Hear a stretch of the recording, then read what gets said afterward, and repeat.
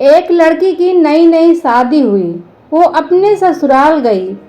कुछ दिन तो ससुराल में बहुत अच्छा लगा, लेकिन उसके बाद धीरे धीरे उसे अपने मायके की याद आने लगी, क्योंकि उसकी सास हमेशा उसे हर बात में टोकती थी और कुछ न कुछ उसके खिलाफ बोलती रहती थी। उसे अपना मायका याद आने लगा। हर माँ बाप की तरह उसके भी माँ बाप उसे बहुत प्यार करते थे। बचपन से जवानी तक माता पिता ने अपनी बेटी की हर इच्छा को पूरा किया था और बहुत लाड प्यार से पाला था।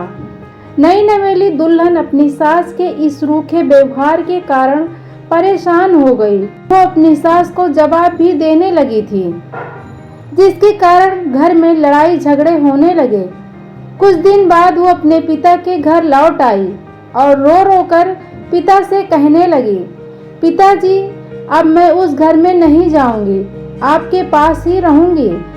यदि आप मुझे मना करेंगे तो मैं खुदकुशी कर लूंगी। पिता समझदार था। पिता ने अपनी बेटी से कहा, एक बात बोलूं, क्या तुम मेरी बात मानोगी? हाँ पिताजी, कहिए, लेकिन एक बात याद रखना, ये अंतिम बार होगा कि मैं उस घर में जाऊंगी।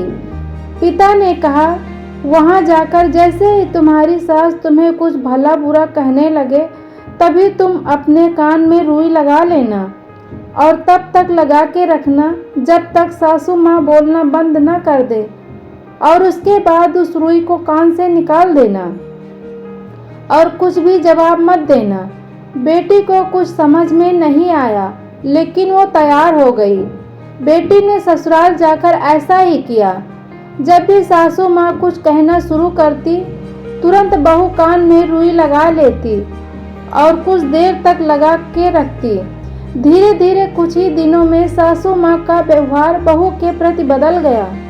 वो सोचने लगी, कितनी अच्छी बहू है, पलट कर कोई जवाब नहीं देती और गुस्सा भी नहीं करती। धीरे धीरे वो अपनी बहू को बेटी के तरह प्यार करने लगी और उसकी तारीफ करने लगी। कुछ दिन में सासू माँ का प्रेम भरा व्यवहार देखकर बहू भी अपनी सासू माँ को माँ जैसा प्रेम करने लगी और दोनों खुश रहने लगी। कुछ दिनों के बाद लड़की का पिता अपनी बेटी से मिलने आया। घर के सभी लोगों ने पिता का खूब आदर सत्कार किया। फिर जब पिता अपने घर वापस जाने लगा, तब अपनी बेटी से कहा, बेटी चलो, यदि तुम मेरे साथ चलना चाहती हो तो अपना सामान पैक कर लो। तब बेटी ने कहा, नहीं, अब यही मेरा घर है। मैं अपनी सासू माँ से बहुत प्यार करती हूँ और अब मैं इन्हें किसी भी कीमत में अकेला नहीं छोड़ूंगी।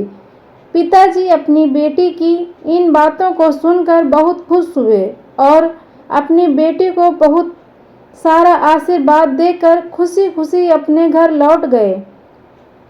दोस्तों, ये स्टोरी आप लोग को कैसी लगी कमेंट करके हमें ज़रूर बताएं।